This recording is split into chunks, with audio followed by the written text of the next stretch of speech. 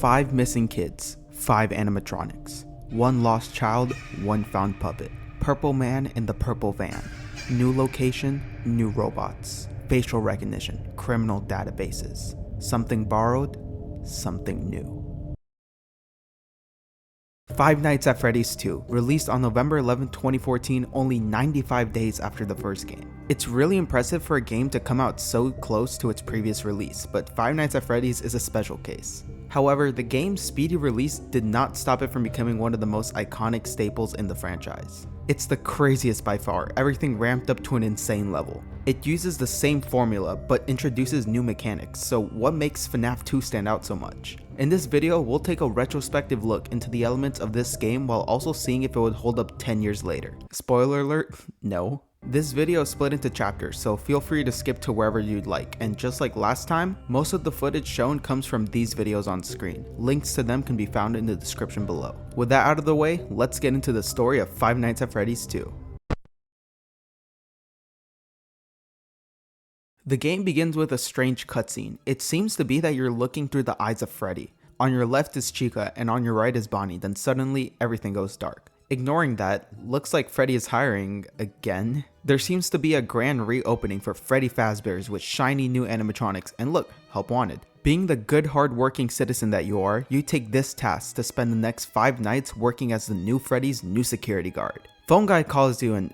wait, Phone Guy? Didn't he die in the last game? Anyways, Phone Guy is back here and to explain what's going on this time. The last Freddy's had a horrible reputation, so that place was left to rot. Instead, this new Freddy's is focused on family-friendly fun animatronics that are, and I quote, all tied into some kind of criminal database so they could detect a predator a mile away. Heck, we should be paying them to guard you. Wow, so apparently the last night guard hated playing this stupid game, so they moved you to the day shift. Lucky you. Also, the animatronics may or may not have been moving, attempting to get in your office because they weren't given a proper night mode, so when it goes quiet they think they're in the wrong room and are trying to find the room that people are in, aka your office, which makes no sense because, and again, I quote, that restaurant should be the safest place on earth. Wow, but it's not all hopeless though. You're given 3 tools this time, a mask, a remote winder, and a flashlight.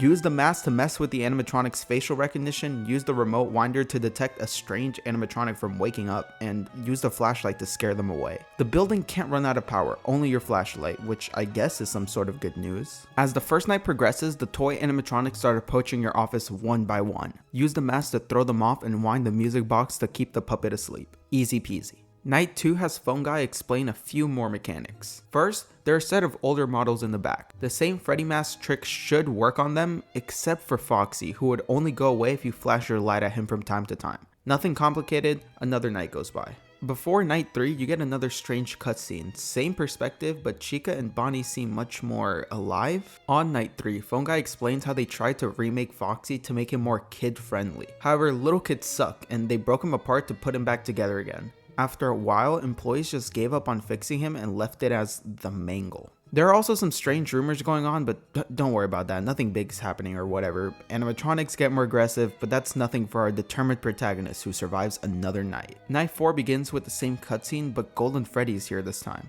Phone Guy warned us to avoid eye contact with the animatronics since someone might have tampered with their facial recognition and the pizzeria might close for a few days. Great, another night for the win. Night 5 has the puppet staring at your soul, looking at not Freddy but what's inside of him. Phone Guy tells us to keep a close eye tonight. The building is on lockdown with a day shift now open. We might be moved to the day shift while the company tries to contact the original restaurant owner of Freddy Family's Diner. Despite the situation, you're able to pull through and survive 5 more nights at Freddy's. However, this isn't the end of things. On the 6th night, Phone Guy sounds surprised and concerned. The place closed down for a while. Someone used a suit, a spare yellow one in the back. None of the animatronics are acting right now. Tomorrow there's a final birthday party and you'll be the day guard for then. Good night and good luck. One final night passes by and you earn a few bucks overtime, plus a strange newsletter detailing Freddy's closing. On the 7th custom night, there isn't any cutscene or Phone Guy monologue, just one chaotic night and then you're fired. Awesome.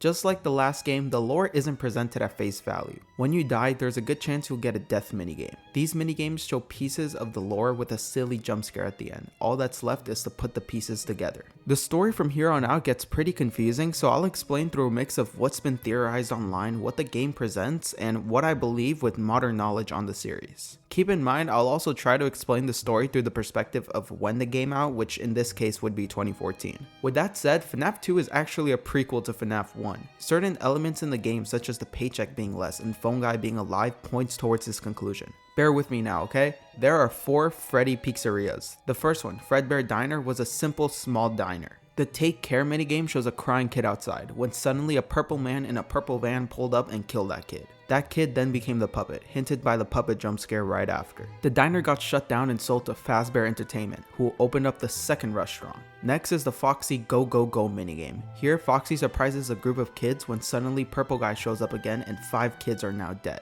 This is followed up by the Give Gifts, Give Life minigame. Here the puppet gives gifts to the soul of the dead kids, then the puppet offers life to them by giving each of them a body to possess. Golden Freddy's soul can be seen on the last frame, with his jump scare showing up right after. With this information in mind, the pizzeria was shut down again due to the murders. They reopened one more time as the third location, the one you're playing in. The newly reopened Freddy Fazbear's Pizzeria tried to shush the old rumors while giving their new robots facial recognitions to prevent these murders from happening again. In the Save Them minigame, you play as Freddy, wandering around the pizzeria. You follow the puppet as you explore the FNAF 2 location, seeing all the animatronics in place but 5 more dead kids. The purple guy struck one final time, and as the game tells you to save them, he attacks, reminding you that you can't.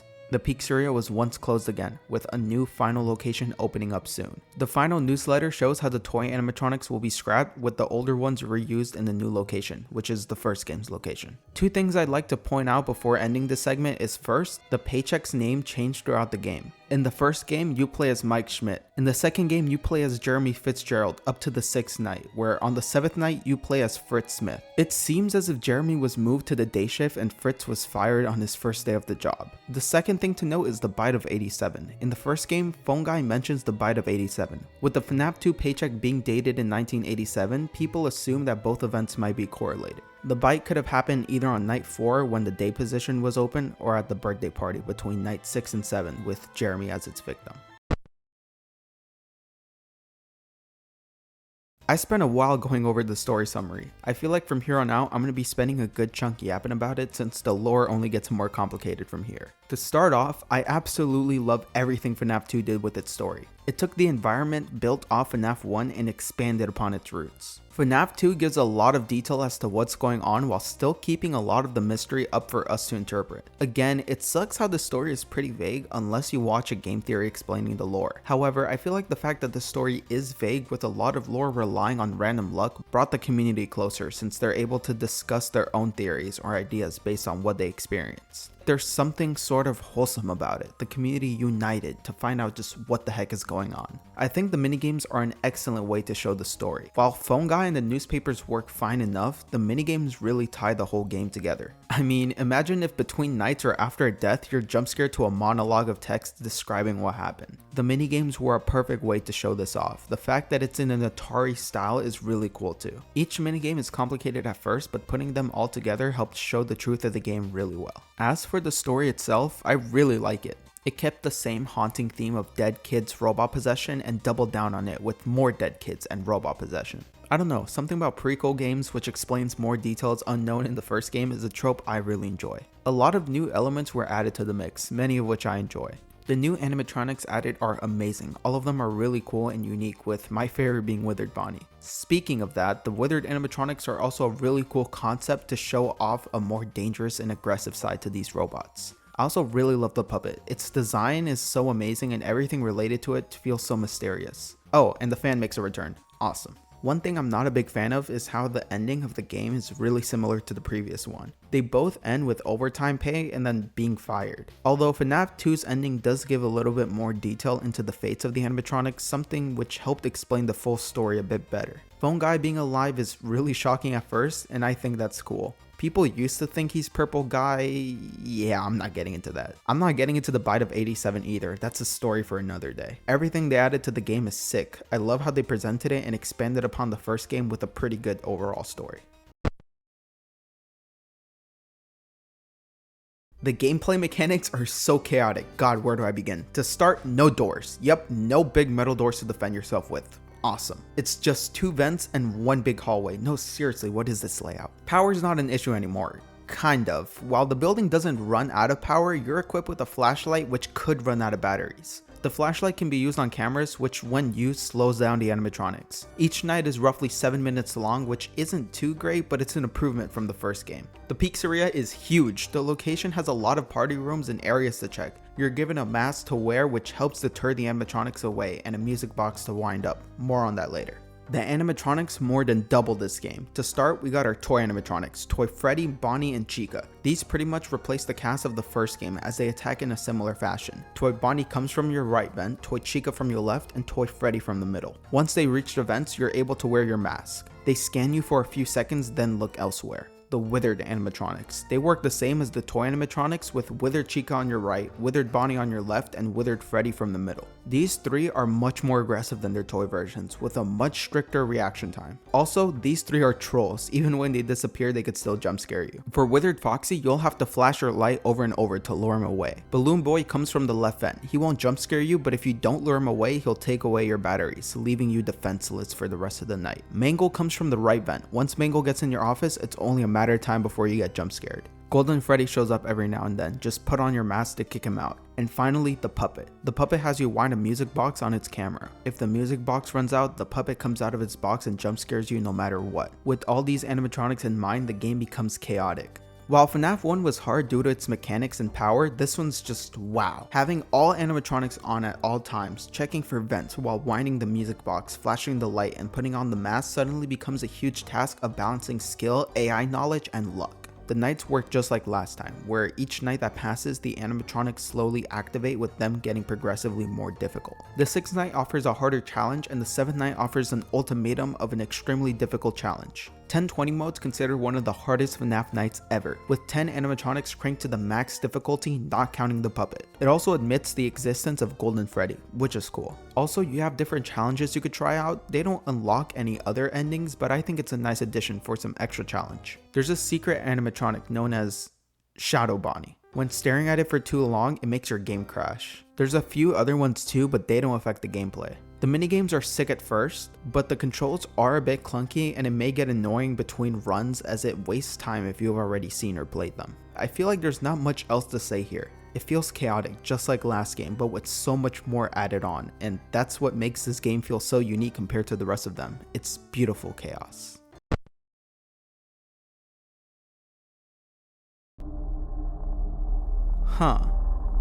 Like the last game, this doesn't have much going for it in terms of a soundtrack. The menu theme is cool, it feels creepy, mysterious, and fits the game's menu pretty good. Ambient noises are as ambient as they could be, fitting for just sitting in an office. The hallway ambience theme, wow, okay, this one's just terrifying. Hearing it gives me PTSD every time, and it really gives the signal of holy shit, something is coming from somewhere on its way here and I don't know what. The puppet music box is pretty chill. I actually really like it and I used to fall asleep to this as a kid. The song that plays when it's on the attack is really fitting too. The sped up Pop Goes the Weasel feels so terrifying, and at any second the puppet could just show up and boom. Finally, the music box that plays when you beat the game. Wow, this song is amazing. It feels so calming. The perfect song to play as the player finally winds down from being on guard the whole time. Just like the last game, what it lacks in soundtrack, it makes up for in audio design. I won't go too much into detail, but small effects from the breathing of the mask to the metal shuffling of moving animatronics and the sound of Mangle's static radio makes the game feel so immersive. I strongly recommend once again to watch Scruffy's video on the topic, as he covers the audio design in this game perfectly. FNAF 2 has some good songs, better than the first, with a lot of them fitting well for the environment while also maintaining great audio design that haunts the player at every hour.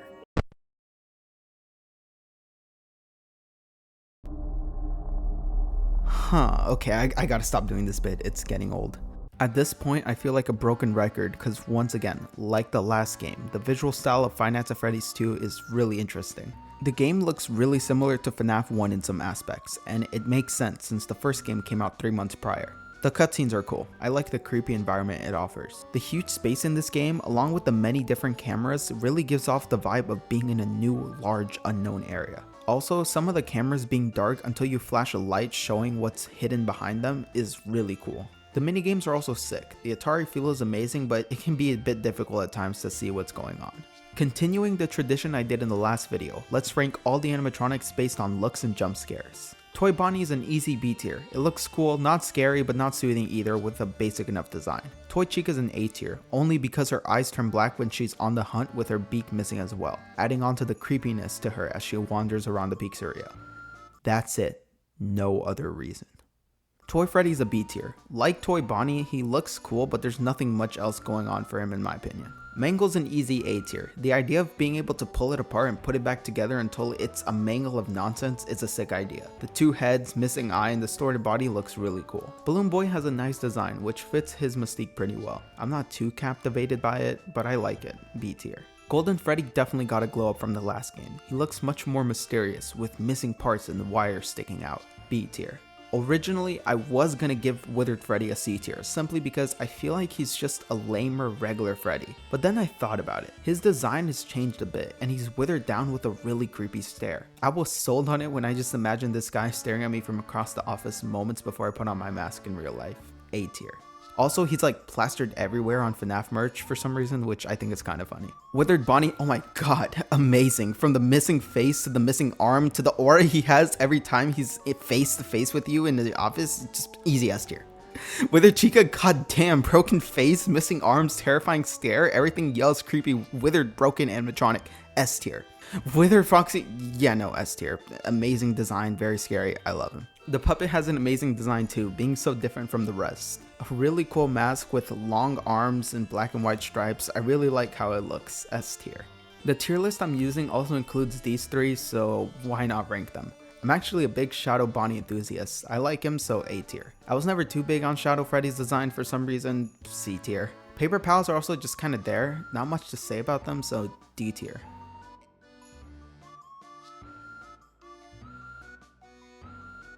The game over screen is a bit lame in my opinion. It doesn't hold up to the amount of gore it had in the first game. The jump scares this time aren't a loop. I like what he did to them, and honestly it feels scary. Toy Bonnie is cool. He just jumps straight at you and boom. Simple, nice, B tier. Toy Chica is on the same level as Toy Bonnie where it isn't too special, but I like how it looks and I get terrified each time I die to her. B tier. Toy Freddy in my opinion just has a lamer jump scare than the other two, but it's not like he's gonna jump at you, so I guess it fits. C tier. Also, a cool thing to note is how the distance of the animatronic kind of determines their jump scare. Toy Bonnie and Chica are further away from the player when they attack, so they jump. Meanwhile, Toy Freddy is right at your face, so he attacks right in front of you. I think it's a little cool detail I noticed while making this video, which I'm pretty sure is intentional. Mangle has a sick jump scare, from hiding at the top of the screen to randomly attacking. Being an animatronic that strikes upside down and actually bites the player is really scary. A tier. People also believe Mangle caused a bite of 87 based on how it attacks. I think it could be true. Golden Freddy has a lame jump scare, but it's a bit improved from the last game, so C tier. Withered Freddy has another lame jump scare. Similar to Toy Freddy, he just kinda attacks and that's it. C tier. Withered Bonnie on the other hand has a great jump scare. The fact that he tries to grab the player is a nice detail I enjoy a lot since he doesn't have a face, and maybe I just have personal bias for this one, but A tier. Withered Chica also has a good jump scare, but in my opinion could have been more unique like Withered Bonnie's. B tier. Withered Foxy is perfect. He absolutely made up for his disappointment in last game. Everything from the jump to the scare itself, it's so iconic. S tier. And finally the puppet, another S tier jump scare. The music box panicking in a hurry to an angry puppet striking on screen. I really love this one so much. FNAF 2 has a similar visual style to FNAF 1 but expands on the animatronics design, with some of the best looking animations and jump scares in the series.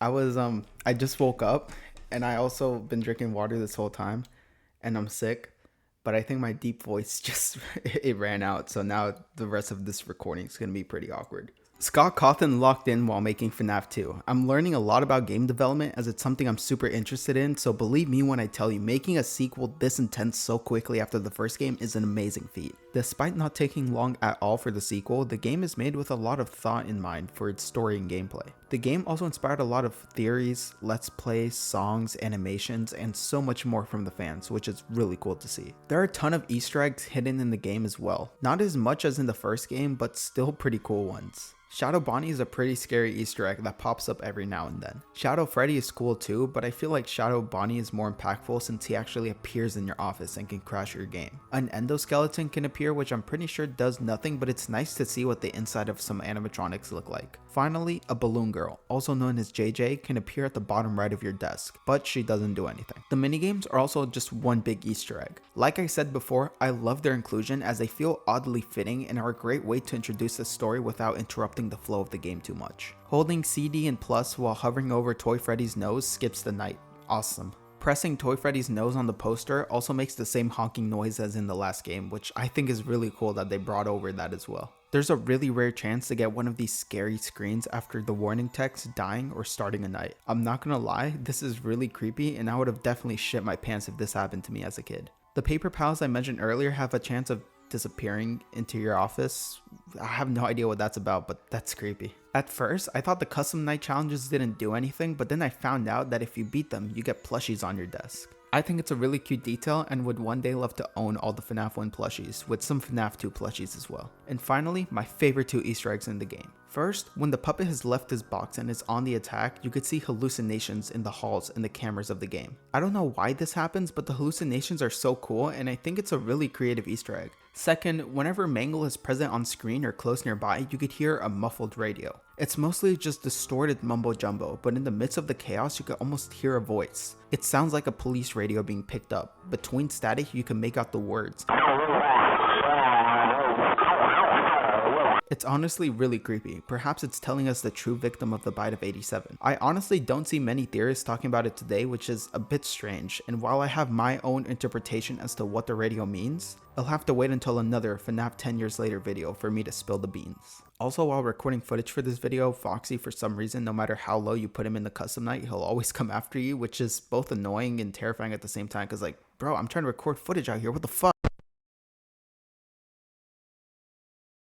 I remember being a little kid seeing FNAF 2 for the first time on the Apple Play Store. I was so excited that this game I like got a sequel that I told all my friends about it at church. I'm not sure what it is about the game, but something just stuck to me. I loved it a lot back then and I still love it a lot now. I remember I once fell asleep watching a full walkthrough of nights 1 to 7, no commentary, no deaths, and being worried that my parents would find me watching these videos. Until a few years ago, FNAF 2 has been one of my fan favorites of the series. The one thing I wasn't sure about was the lore. It wasn't until my cousin visited me once that he explained the whole story to me, and this is how it went. There was a purple man in the purple van who killed 5 kids in the Freddy's bathroom. He put the dead kids in the suits and now they possess the animatronics trying to kill anyone that looks like an adult because it reminds them of their killer. Wow, how simple the lore used to be. I used to have this bucket of random Lego pieces and we both recreated the FNAF 2 pizzeria, which was honestly so fun. It's funny looking back at it now actually, since I remember being so scared of the game, and in all honesty I still kind of am. I wanted to know what would happen if you don't wind the puppet, but I was too scared to even hear that, so my cousin went downstairs, died to the puppet, came back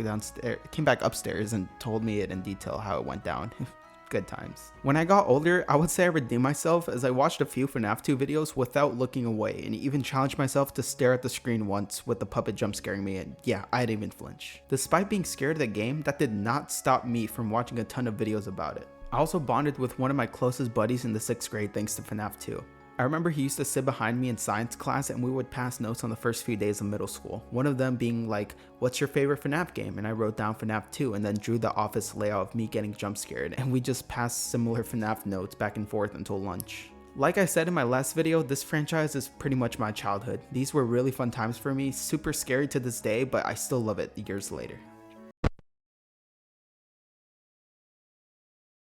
Yeah, no, this game would not survive 10 years later. To keep this section short, my reasons for the game not holding up to today's standards are the same as in the last video: gameplay, soundtrack, and visuals. The game still relies on the same repetitive formula of surviving 5 nights plus an extra 2, cause why the heck not? If the last game wasn't bad enough, this game more than doubled the animatronics and increased the difficulty by so much it might steer players from even passing the first 5 nights. The game has great audio design, a few good music box songs, but that's about it. No real soundtrack to carry the game. And finally, it still looks like a mobile game with the potential to have a much better HD quality revamp. But, and like a broken record I sound once again, these issues do not demean the game itself or the effect it's had on its community. Regardless of these flaws, FNAF 2 is an amazing game in the series, one which has been my personal favorite for so long, with crazy gameplay but great charm. Despite these flaws, I really like this game and a lot of people do as well, and that's worth something.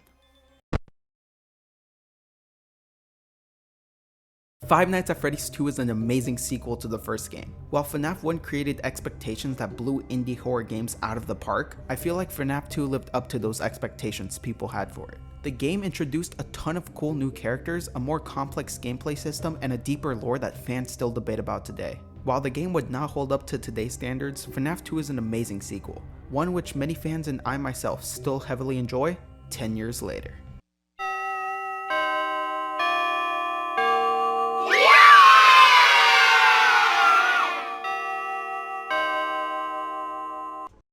Thank you so much for watching. Fun fact, in my script right here, I have written down 3 back-to-back 10 years later video were not on my PanCam bingo card this year, because originally this was going to come out right after the video I made with The Binding of Isaac. Thank you so much for 22,000 views, by the way. That's amazing.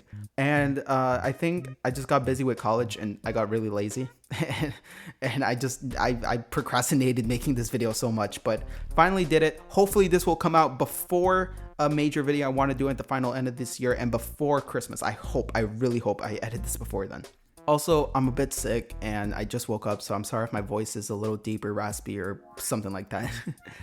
Either way, this video was a ton to make as always, and I hope you guys enjoyed watching it. Let me know what's your favorite part about FNAF 2. I loved reading your guys' comments and I heavily enjoyed the feedback as well.